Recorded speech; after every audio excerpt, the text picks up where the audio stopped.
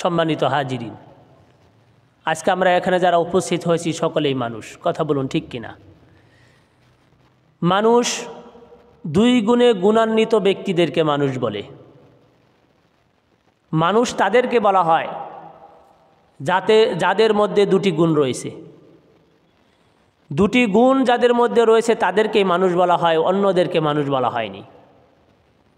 এক নম্বর গুণ হলো যাদের মধ্যে বডি রয়েছে, বডি, এই বডিটা যাদের মধ্যে রয়েছে তাদেরকে মানুষ বলা হয়।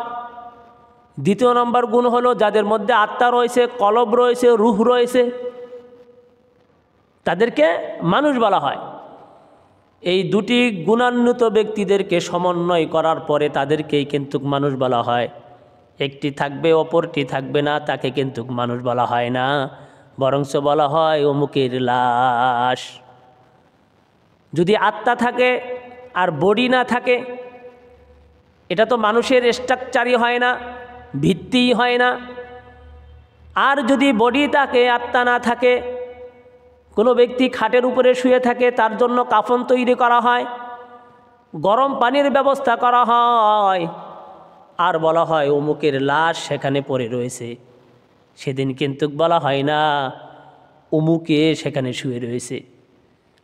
আচ্ছা বলুন দেখি, সেই ব্যক্তির লাশটা বলা হয় কেন? সেই ব্যক্তির কথা বলা হয় না কেন? কারণ একটাই, তার মধ্যে যে রূহ ছিল, আত্মা ছিল, জীবন ছিল, সেটা কিন্তু আজকে নেই। অথচ সেটাকে কি দেখা যায় না, সেটাকে দেখা যায় না।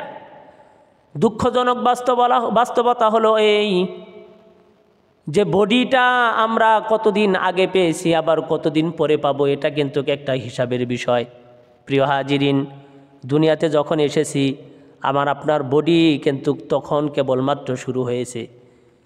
যদি আমার বয়স হয় 30 বছর, আমার বডির বয়সও 30 বছর।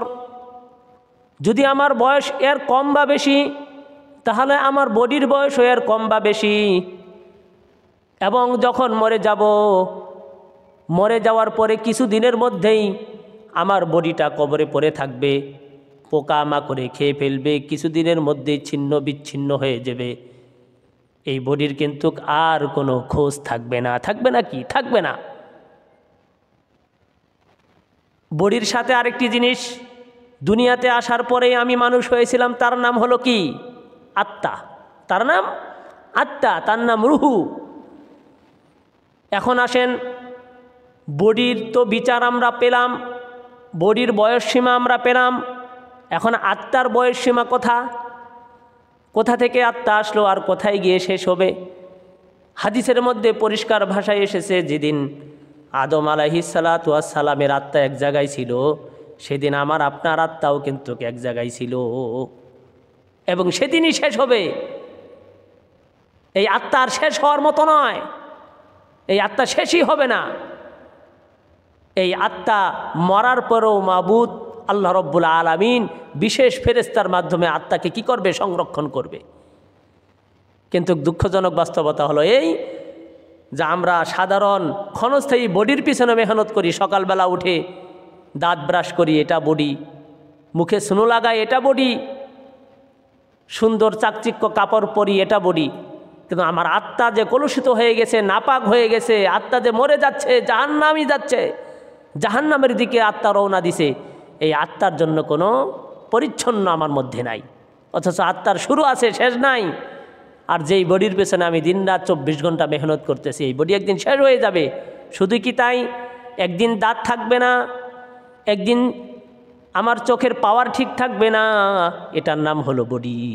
এজন্য প্রিয় হাজিরিন, আসুন আমরা বডির পাশাপাশি আত্মার পিছনে মেহনত করা শিখি। আল্লাহ তাআলা তৌফিক দান করুন।